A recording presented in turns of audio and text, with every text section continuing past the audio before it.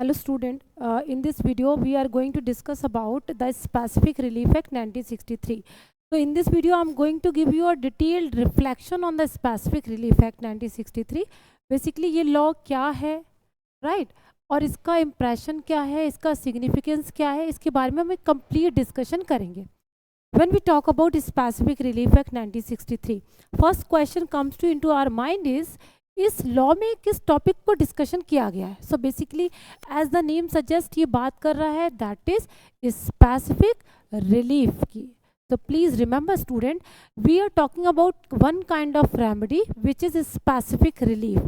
ना the question come कि आप किस बारे में स्पेसिफिक रिलीफ दे रहे हो, किसको दे रहे हो स्पेसिफिक रिलीफ. देन आपको इस लॉ को पढ़ने से पहले ना एक बैकग्राउंड देखना पड़ेगा.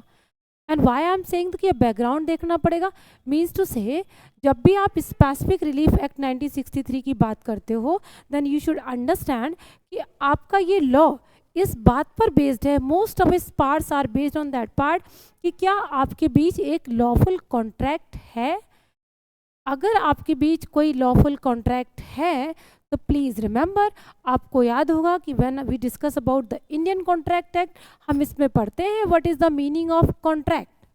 Contract means an agreement which is enforceable by law.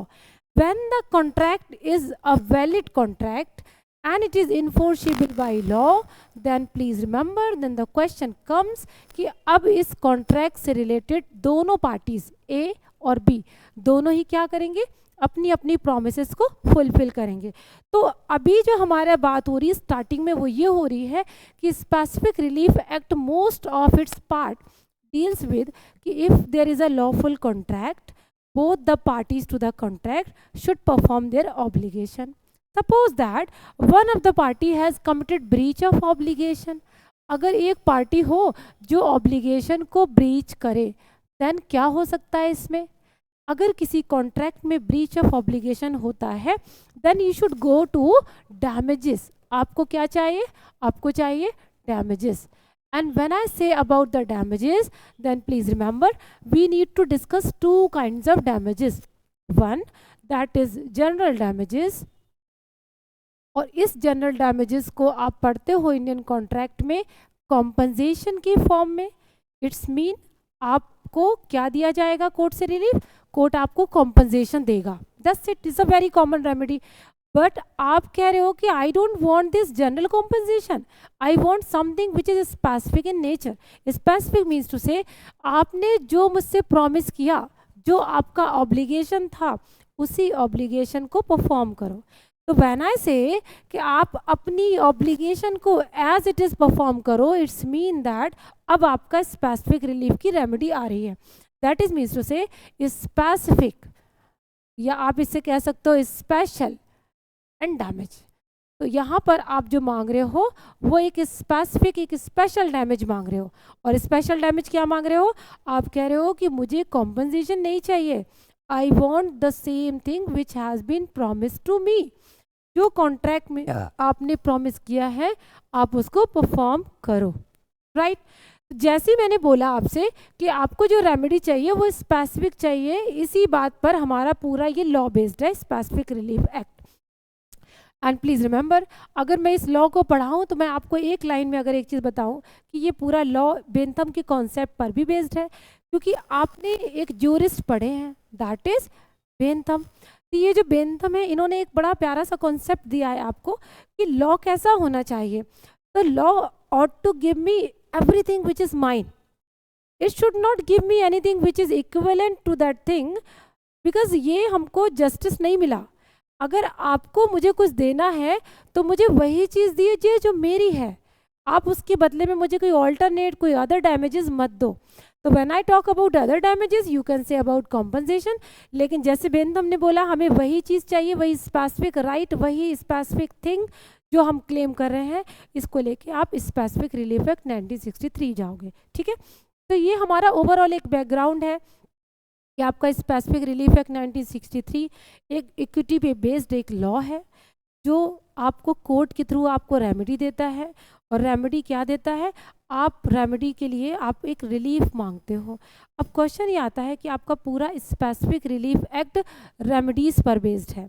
तो जब मैं बोल रही हूँ कि स्पेसिफिक रिलीफ एक्ट रेमेडीज पर रिलीफ पर बेस्ड है, तो आपको मैं एक मैक्सिम अगर इंट्रोड्यूस करूँ, दैट इज उबी जस इबी रिमेडियम। इसका मतलब जहाँ कहीं भी आपके पास कोई लीगल राइट है वहाँ आपको रेमेडी ज़रूर मिलेगी, और ये जो रेमेडी है आपको ये SRA 1963 में आपको दी गई है। तो ये आपका एक मोटा मोटा जो मैं आपको रफ आइडिया बताना चाह रही हूँ, that is very very important thing कि first of all if you want to study specific relief act 1963, you should start with one thing is that you need to understand कि हमारी obligations क्या हैं। तो जो भी हमारी ऑब्लिगेशंस हैं, चाहे वो कॉन्ट्रैक्ट के थ्रू आ रही हो या किसी भी लीगल राइट के थ्रू आ रही हो, आपको उन ऑब्लिगेशन को फॉलो करना है, ब्रीच नहीं करना है। जैसे ही आपने कोई ऑब्लिगेशन ब्रीच करी, आपके पास एक राइट आता है रेमेडी का right, remedy which is to be provided by the court of law when you bring a suit.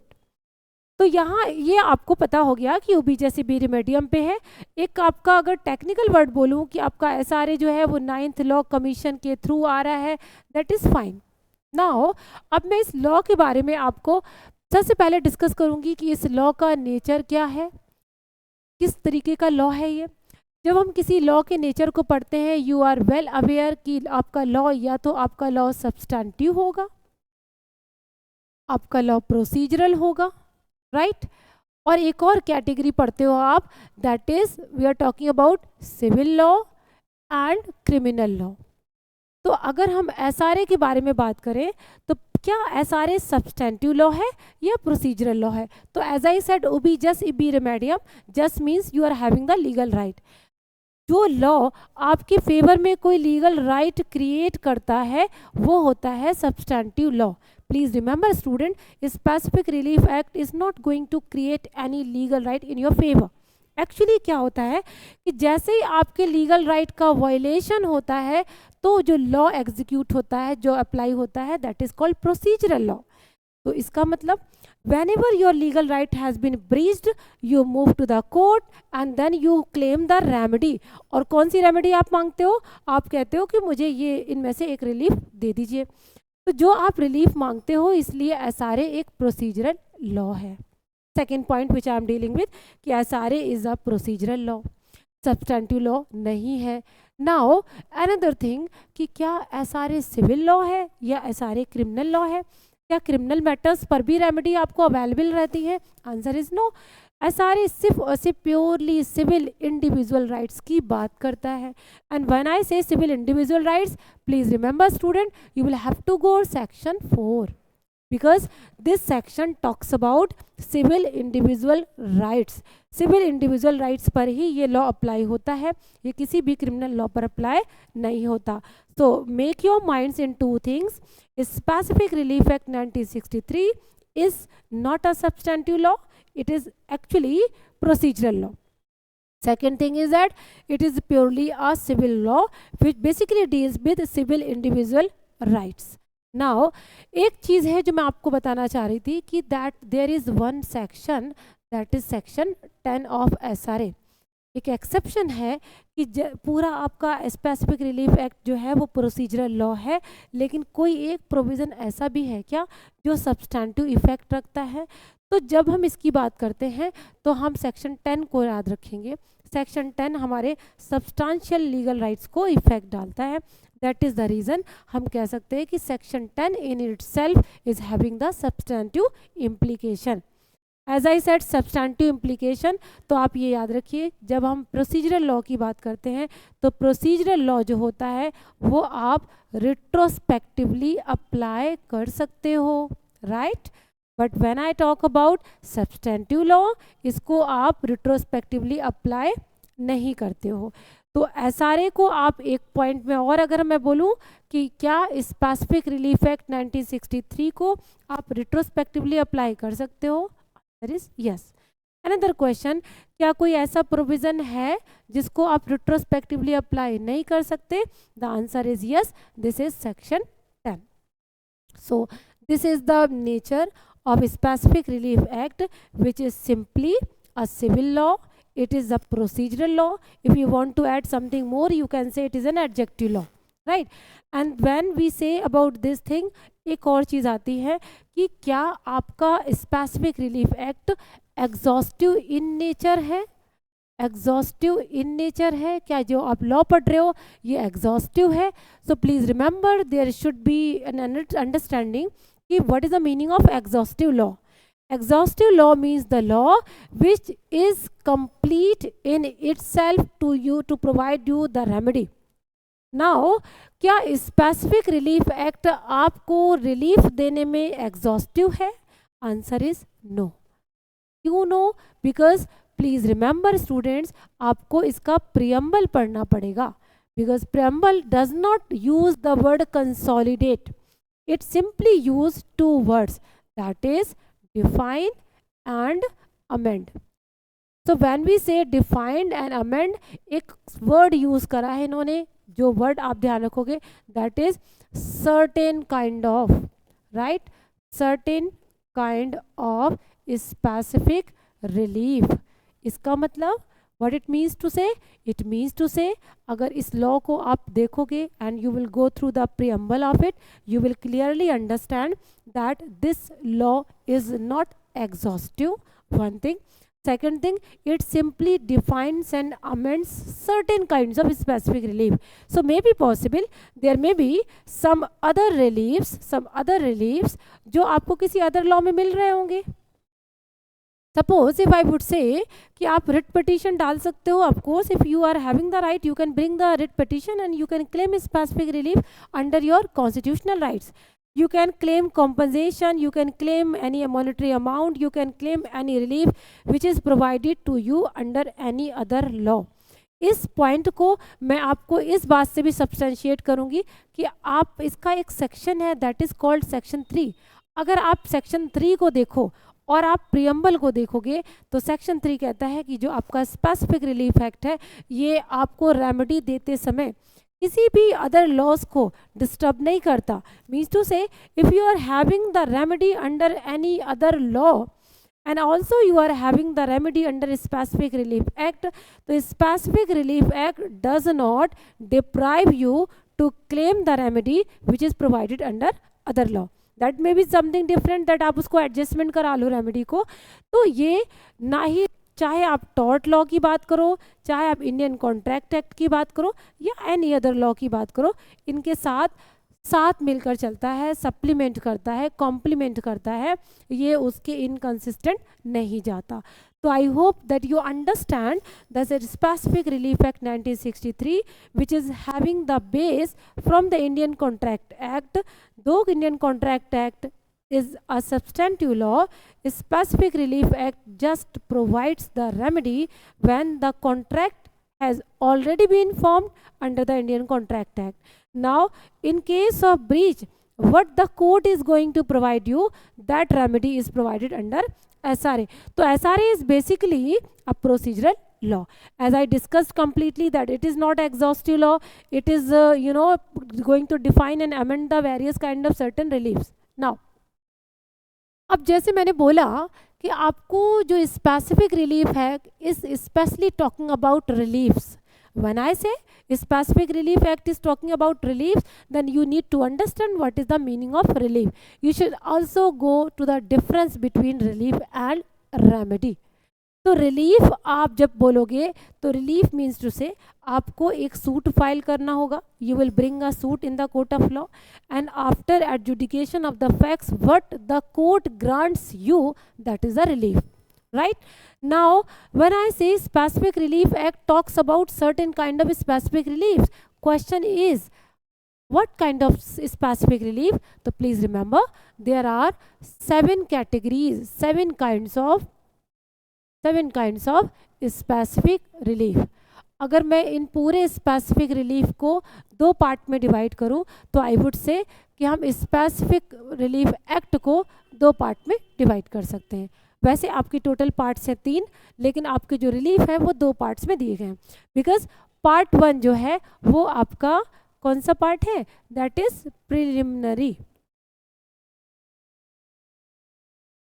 as you know very well, whenever we talk about any law which is having preliminary part, means to say उसका name, extent, उसका nature, ये सब discussion आपका होगा। साथ ही साथ अगर कोई सेविंग्स भी है तो सेविंग हम डिस्कस करेंगे। जो पार्ट 1 है एसआरए का, पार्ट 2 जो है, पार्ट 1 तो हमारा प्रिलिमिनरी हो गया, पार्ट 2 जो है वो आपसे बताता है कि इस लॉ में आपको स्पेसिफिक रिलीफ मिलेंगे, राइट। और स्पेसिफिक रिलीफ जो होते हैं वो पार्ट 2 में है। और दूसरा एक और काइंड का रिलीफ है, that is called preventive relief. ये जो आपको रिलीफ मिलता है that is given under part 3 of SRA. Please remember, the whole SRA is demarcated into 3 parts. First part talks about preliminary. Second part talks about specific relief. Third part talks about preventive relief.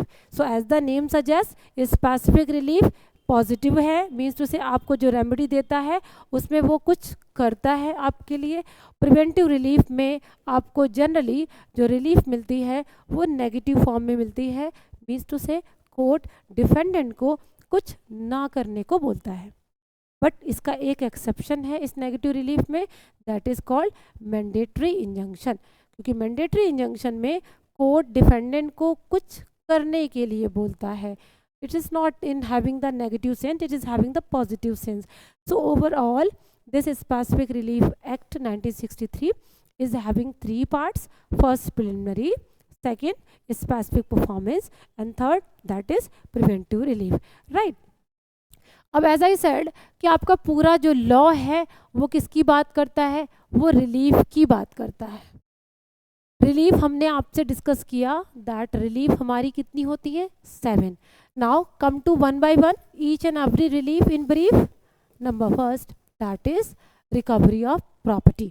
पहली relief आपको court से क्या मिलती है specific relief act में, recovery of property, right. और आपको पता है, you are very much aware of that कि प्रॉपर्टी आपकी 2 कैटेगरी की होती है, एक आपकी इमूवेबल होती है और दूसरी मूवेबल होती है। If you are having the ownership right, if you are having the possessory right over any property which is immovable, you can bring a suit under section 5 or section 6. So there are 2 sections, section 5 and section 6. तो section 5 अगर आपके पास किसी property पर ownership है, there is somebody जो आपको आपके right से डिप्राइव करता है, आपकी प्रॉपर्टी आपको दे नहीं रहा, आपको डिस्पोजेस करता है, तो आप सेक्शन 5 में एक सूट फाइल करोगे जिसके लिए कंप्लीट प्रोसीजर सीपीसी 1908 में दिया गया है। So basically this section is a directory in nature which directs you कि आप सिविल कोर्ट में सूट फाइल कर सकते हो। इसके अलावा सेक्शन 6 में भी आपका एक सूट फाइल होता है, but it is summary in nature. आप इसमें पोजेशन के बेस पे अपनी प्रॉपर्टी को वापस मांगते हो। आपकी प्रॉपर्टी में ज़रूरी नहीं है that you are owner of the property, you are can simply say कि आप एक lawful juridical possession of immovable property पर थे। हालांकि there are some restriction, some limitation are provided under section 6 that dispossession 6 month के dispossession जो हुआ है वो उससे विद इन 6 मंथ आप सूट फाइल करोगे। स्टेट के अगेंस्ट आप सूट फाइल नहीं कर सकते, जो रेमेडी आएगी उसमें कोई अपील रिव्यू नहीं होता। इसके बाद आपने मूवेबल प्रॉपर्टी को लेके 2 सेक्शन पढ़ने हैं, दैट इज सेक्शन 7 और 8।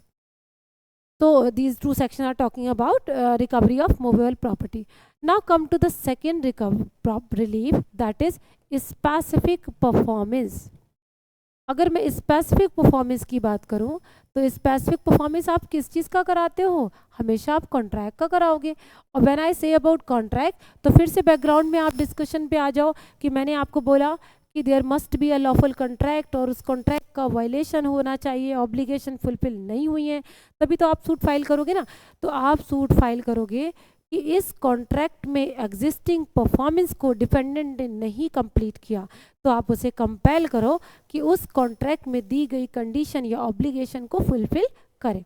That is section section 10 two अब you can move toward section 25। तो यहाँ तक आपको स्पेसिफिक परफॉर्मेंस ऑफ कॉन्ट्रैक्ट की रेमेडी मिलती है। Another remedy is about that is rectification. तो as the name suggest rectification means correction of the document. तो अगर आपके पास कोई डॉक्यूमेंट ऐसा है जिसमें बिकॉज ऑफ म्यूचुअल मिस्टेक या फिर because of the fraud of the defendant जो उस डॉक्यूमेंट की रियल इंटेंशन बता नहीं रहा है आपको, then what can you do? You can simply move to the court. आपको कोई अदर रेमेडी मांगने की ज़रूरत नहीं है। यू कैन से कि हमारे बीच ये कॉन्ट्रैक्ट है और इसमें रियल इंटेंशन एक्सप्रेस नहीं हो रही है, उसमें हमारी म्यूचुअल मिस्टेक है या फिर फ्रॉड ऑफ द डिफेंडेंट है, आप उसको करेक्ट कर दो। तो ये आपको मिलेगी remedy under section 26 of SRA। हमने ऑलरेडी 3 आपसे रेमेडीज डिस्कस किए हैं। Now we are going to the fourth remedy, fourth one which talks about rescission of contract. तो आपको यहाँ पर इन्होंने बिल्कुल क्लियर कर दिया कि it is very limited in that sense, it's only talks about contract only, it does not talk about other kind of instrument and bill. Rescission of contract, the term rescission means to say end the contract. तो अगर आपके बीच कोई contract है और वो contract आपका कैसा हो गया, वाइड हो गया या फिर वाइड बिल या अनलॉफुल है, तो फिर आप उस ग्राउंड पर इस कॉन्ट्रैक्ट को क्या करवाना चाहते हो? ऑब्वियसली आप उसको ख़त्म कराना चाहते हो, you want to end the contract. तो वहाँ पर आपको कॉन्ट्रैक्ट का एंड पढ़ोगे, to end the contract. Please remember, इससे रिलेटेड आपके सेक्शंस आपको पढ़ने होते हैं and these sections are 27 to 30। यहाँ पर एक सेक्शन और भी इंपॉर्टेंट है, that is section 28 which talks about even the court has pass the decree, after that also the court can control this whole scenario.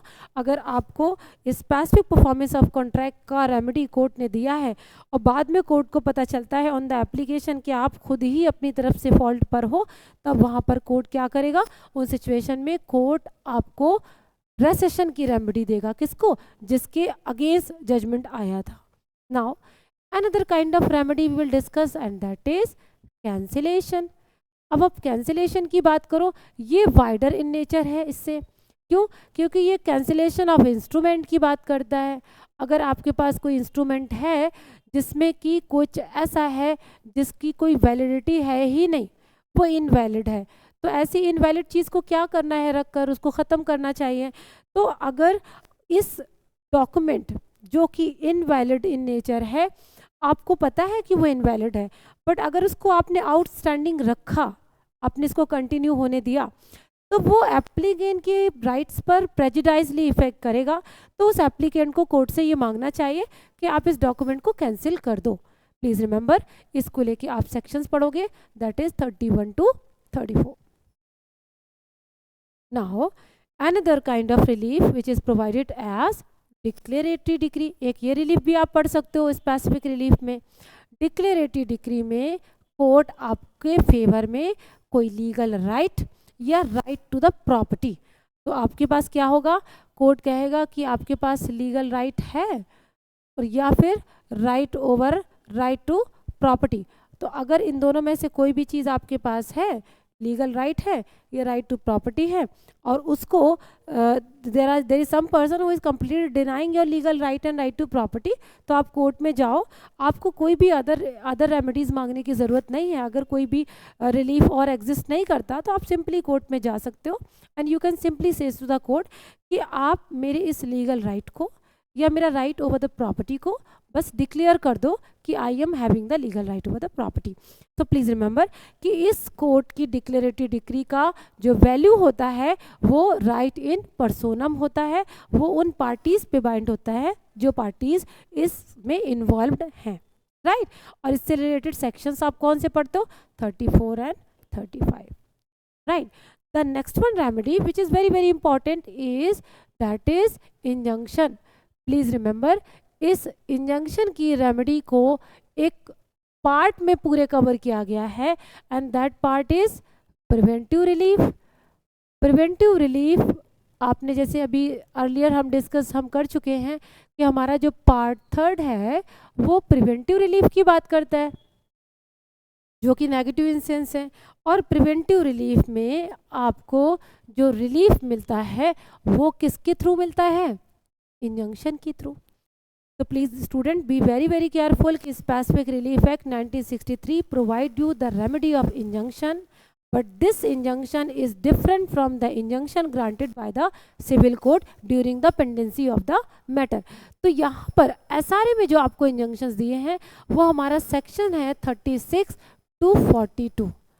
यहाँ पर आपको ध्यान देना पड़ेगा दैट सेक्शन 36 आपको इतना बताता है कि आपको जो प्रिवेंटिव रिलीफ मिलेगा वो इंजंक्शन के फॉर्म में मिलेगा. इसके बाद 37 पे आ जाइए. 37 आपको क्लासीफाई करेगा कि एक आपकी इंजंक्शन होती है that is temporary and second that is permanent, right. तो ये दो तरीके का क्लासिफिकेशन कर दिया. इन्होंने आपको ये भी बता दिया कि अगर आपको टेम्परेरी के बारे में जानना है और डिटेल में यू वांट टू नो, और अगर आपको रिलीफ चाहिए टेम्परेरी इंजंक्शन का, तो फिर आपको जाना पड़ेगा CPC में. एंड व्हेन आई से CPC तो आपको याद होगा आप एक सेक्शन पढ़ते हो 94 क्लॉज C प्लस आप एक ऑर्डर पढ़ते हो दैट इज ऑर्डर 39 रूल 1. तो ऑर्डर 39 रूल 1 एंड रूल 2 जो है आपको टेम्परेरी इंजंक्शन की रेमेडी ग्रांट कराता है during pendency of the matter. Because ये ड्यूरिंग पेंडेंसी होता है तो आपको पता होना चाहिए कि हमेशा मेरिट्स पर नहीं आता है, ये सिर्फ अर्जेंसी पे आता है, डॉक्ट्रिन ऑफ नेसेसिटी पे होता है कि अभी प्रेजेंटली आप स्टेटस को मेंटेन कर दो, बाकी फाइनली जो भी आप रिजॉल्व करोगे उसके बाद आप रेमेडी देते रहिएगा जो भी आपको देना हो एज रिक्वायर्ड. हमको पढ़ना होता है SRA में permanent injunction. Please remember permanent injunction को लेके आपके पास एक सेक्शन है that is section 38. 38 is very important because it talks about grounds on which permanent injunction can be given. Permanent injunctions अपने आप में बहुत you can say it is a very powerful remedy. So obviously it adversely affect the right of the person against whom you are providing this remedy. तो इसीलिए आपको बहुत ध्यान देना पड़ता है कि जब भी कोर्ट परमानेंट इंजंक्शन देता है, ग्रांट करता है, तो उसको सारी मेरिट्स को इवेल्युएट करना होता है, प्रॉपर एप्रिसिएशन ऑफ एविडेंस. तो ये चीज़ आप देखोगे. इसके बाद अगर आपको इंजंक्शन मिलेगा इसके ग्राउंड से 38 में, लेकिन इसके साथ आप एक और सेक्शन पढ़ते हो 41 विच सेज कि कब रेमेडी नहीं मिलेगी. तो please remember section 41 and 38 both are very important because 38 के साथ आप 41 पढ़ते हो जो आपको ढेर सारे सर्कमस्टांसेस देता है जब कोर्ट आपको स्पेसिफिक परफॉर्मेंस की जगह पर यानी मीन्स टू से इंजंक्शन की रेमेडी नहीं देगा, इंजंक्शन की रेमेडी नहीं देगा. जिस तरीके से आपने ये ग्रुप पढ़ा है ना स्टूडेंट्स, सेक्शन 38 प्लस 41, इसी तरीके का एक ग्रुप आपने स्पेसिफिक परफॉर्मेंस में भी पढ़ना होता है. स्पेसिफिक परफॉर्मेंस का जो ग्रुप है उसमें आप पढ़ते हो सेक्शन 10, राइट, और इसके साथ तीन चीज़ें क्या पढ़ते हो 11 क्लॉज 2, 14 एंड 16. तो यहाँ पर आपको स्पेसिफिक परफॉर्मेंस की रेमेडी मिलती है और इन तीनों ग्राउंड्स पर स्पेसिफिक परफॉर्मेंस की रेमेडी नहीं मिलती है. जैसे सिमिलरली सेक्शन 38 में आपको 4 ग्राउंड्स हैं जहाँ पर आपको परमानेंट इंजंक्शन ग्रांट होगा, लेकिन सेक्शन 41 आपको एक लिस्ट देता है जिसमें आपको इंजंक्शन की रेमेडी कोर्ट नहीं देगा, right. And the last section which I am referring here that is section 42 which simply says कि अगर कोई कॉन्ट्रैक्ट है और उस कॉन्ट्रैक्ट में दो तरीके के टर्म्स हैं, एक तो आपके पॉजिटिव हैं और दूसरा आपका नेगेटिव है, तो ऑफ कोर्स हो सकता है कि पॉजिटिव चीज़ को लेकर आप, क्योंकि आपको पता है कि आप स्पेसिफिक परफॉर्मेंस हो सकता है नहीं करा पा रहे होगे, तो वहाँ पर 41 में ही आपको बताया गया है कि ऐसे हर मैटर्स जिसमें कोर्ट आपको स्पेसिफिक परफॉर्मेंस की रेमेडी नहीं दे सकता, उस मैटर में कोर्ट इंजंक्शन भी नहीं देगा. That is a general rule कि कोर्ट से जब भी आप कहोगे कि सर इंजंक्शन की रेमेडी ग्रांट कर दो और वो नेचर ऐसा है कि कोर्ट उसमें कभी स्पेसिफिक परफॉर्मेंस की रेमेडी नहीं दे सकता. क्यों नहीं दे सकता? कि सपोज करो पर्सनल स्किल इन्वॉल्व है.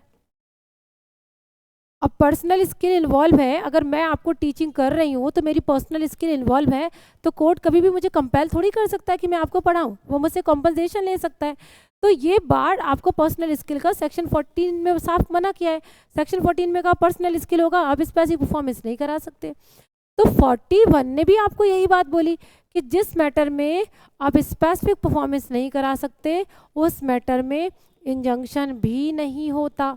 लेकिन इस बात का एक एक्सेप्शन है जो 42 में दिया गया है। 41 में कहा गया है अगर आपके कॉन्ट्रैक्ट में पॉजिटिव और नेगेटिव दोनों तरीके की चीज़ें हैं, for the purpose of positive you can not move for the remedy of passive performance and therefore you are not able to grant the remedy of injunction. But अगर उसी contract में negative term भी है तो उस negative term को आप injunction के थ्रू रेमेडी प्रोवाइड कर सकते हो, right? So this was the whole scenario of this. So I will complete this lecture giving you one example. Suppose that I have entered a contract with you and I have promised to you that I will sing a particular song in whole week during your function. तो मैं एक हफ्ता लगातार आपके यहाँ song को perform करूँगी, but उसी कॉन्ट्रैक्ट में मैंने एक दूसरा टर्म भी लिखा है कि इस ड्यूरेशन में मैं कहीं और किसी के साथ भी सिंगिंग का कॉन्ट्रैक्ट नहीं करूँगी। I hope you understand 2 points. One, that I will perform the song during the 1 week, that is positive thing. Second negative thing is that I will, during that phase, I will not perform the song in anyone else's place. तो यहाँ पर क्योंकि मुझे singing करना है तो singing को लेके ये पर्सनल स्किल है और आपको पता है कि पर्सनल स्किल की वजह से सेक्शन 14 आपको स्पेसिफिक रिलीफ की रेमेडी मेरे अगेंस्ट लेने नहीं देगा, बिकॉज मैं बोलूँगी singing is a personal skill, तो आप मुझे बाउंड नहीं कर सकते, आप मुझसे कॉम्पनसेशन ले लो। लेकिन उसी कॉन्ट्रैक्ट में मैंने एक बात और भी बोली थी कि इस होल वीक में मैं किसी और के किसी और के कॉन्सर्ट में पार्टिसिपेट नहीं करूँगी, तो कोर्ट आपको हो सकता है कि ये रेमेडी दे दे, मुझे वो बाउंड कर सकता है कि इस पूरे वीक में आप कहीं और भी नहीं गाओगे क्योंकि आपने इनके यहाँ भी परफॉर्म नहीं किया। तो this was provided under section 42. So hopefully that you understand, you are having some brief reflection of Specific Relief Act 1963. I am going to wind up this whole lecture in 3 terms. Number first, Specific Relief Act 1963 talks about the remedies. The remedies are based on equity, justice and good conscience. It's mean they are discretionary in nature. But Section 10 of SRA, which has been amended by 2018 amendment, now it is not discretionary, it is mandatory. That is first point. Second point is that when you going to deal with the Specific Relief Act 1963, please remember it is a civil law which is procedural in nature and it grants the remedies only when you bring a suit in the court of law. The third point that I am referring here कि जब भी आप Specific Relief Act 1963 की remedies पढ़ोगे, please remember it can be well understood when we are taking so many instances as well as recent and latest case laws. So we deal a lot of things about the recent case laws, landmark judgments on a particular each and every remedy in detail. Thank you so much for watching this video.